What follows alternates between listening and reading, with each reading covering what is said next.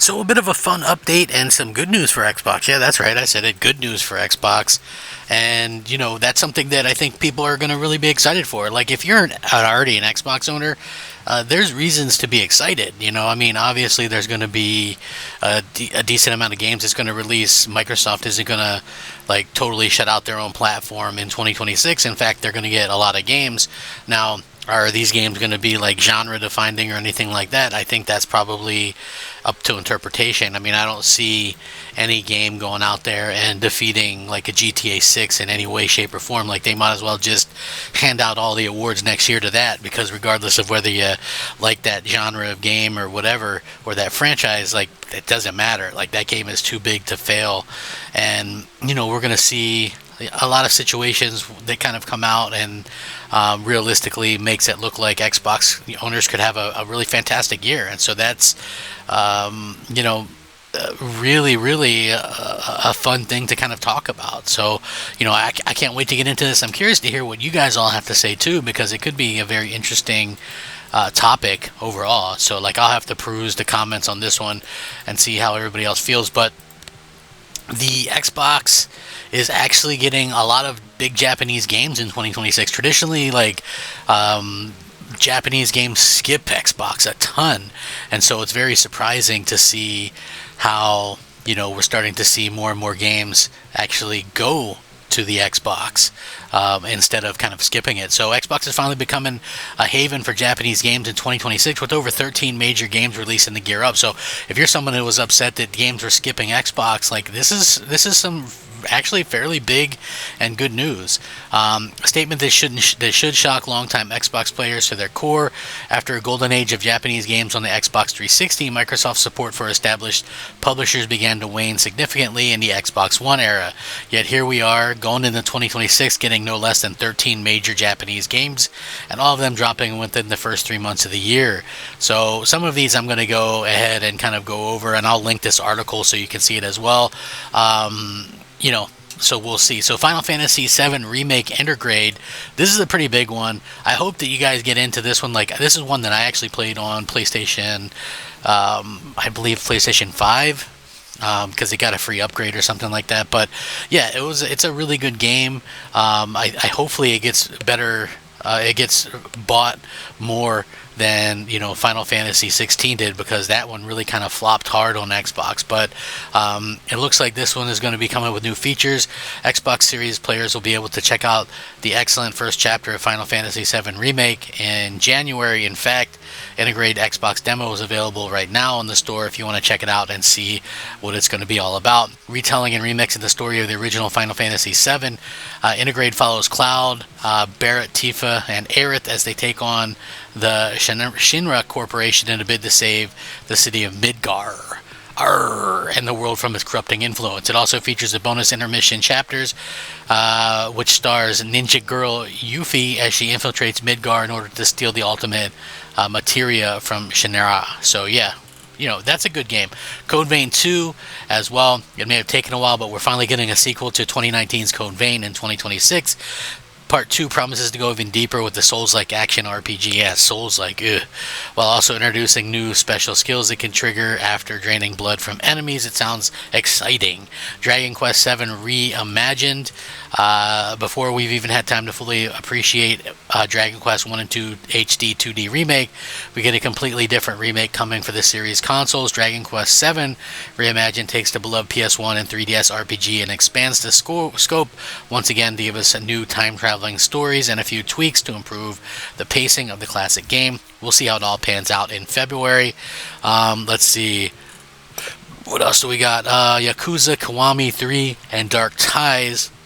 This is a remake of the beloved Like a Dragon game, and it comes with a major story expansion. If you like the story and settings and characters of Yakuza 3, you'll have to really kind of enjoy this. All these issues should be fixed from those games with Yakuza Kiwami 3 and Dark Ties. It's out. All the best parts of the original game are still there, but also getting a reworked combat system and an additional story mode where you get to play as different characters. So yeah, this should be really good as well. Let's see, Rune Factory Guardians of Azuma is another one coming, which is a RPG life sim. Let's see, we've got other games coming in there as well. Tales of Berseria Remastered. Bandai Namco simply cannot be stopped when it comes to releasing Tales of remasters on Xbox, and that's great because no one should stop them in 2025. We got remasters for both Tales of Xillia and Tales of Graces after years of avoiding Xbox consoles, letting fans finally catch up bit by bit with the franchise.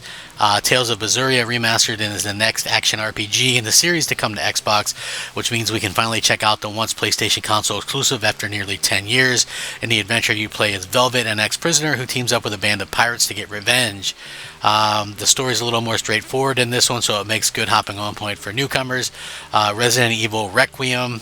Again, these never skip Xbox anyway, but if you're pumped for Resident Evil games, Resident Evil Requiem, we all knew about it, that it featured both third-person and first-person gameplay, that it would be set in a post-nuclear Raccoon City, and that it would star Grace Ashcroft, the daughter of Outbreak's Alyssa.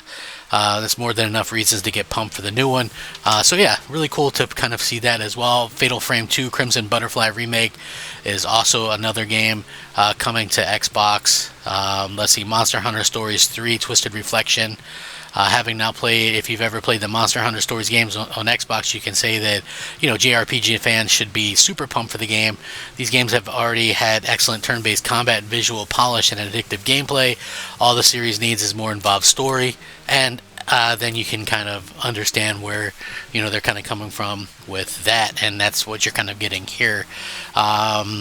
Monster Hunter Stories 3 with its tale of two warring kingdoms, hoping it sticks to landing as well. Dynasty Warriors 3 Complete Edition Remastered.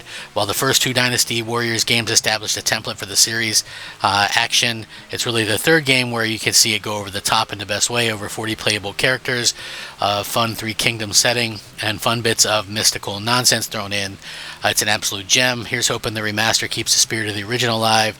Hoping that it keeps a lot of stuff. So other ones, there's Pragmata, Deathmatch Love Comedy, R-Type Tactics, The Adventures of Elliot, Beast of Reincarnation, Danganronpa 2x2, Onimusha, Way of the Sword, Bloodstain, The Scarlet Engagement, and Ratatan. So yeah, listen, that's a good list of games, and like I said, I'm going to link it so you guys can check it out.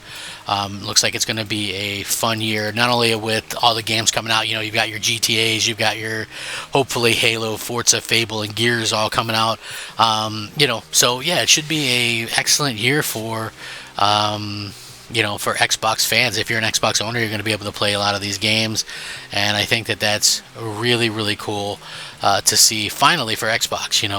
It's one of those things, that really kind of happens ever so often, and nice to see Microsoft kind of be able to kind of go, hey, we've got some good Japanese games, we've got good, Western, Eastern, all kinds of different games, and that's nice. Like, again, that I've always just kind of wanted that as Xbox fans. So I mean, yeah, we're not getting anything exclusive, but hey, at least we're getting some cool stuff for that we can all kind of use and enjoy and that kind of thing. So hopefully, anyway, we continue to get a lot of these things, games that are support and things like that. I think Microsoft obviously probably is paying to get some of these things. I mean, I doubt that these companies are just going, hey, let's put them on Xbox.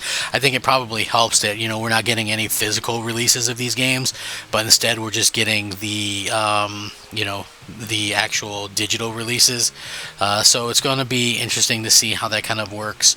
And again, I would love to see how everybody kind of reacts to this stuff in the future. So, again, are you somebody who's excited for this stuff? I would love to hear your thought process, if that's something that you're interested in. If it's not, are you guys happy that this is happening?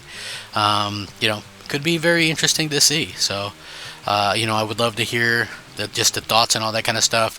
And, I would love to kind of just hope that Microsoft is on kind of a roll with,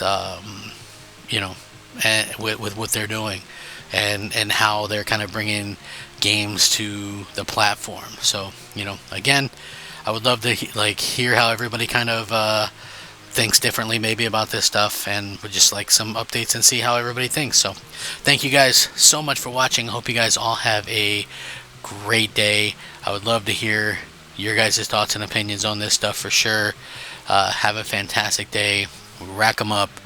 Crap Gamer out.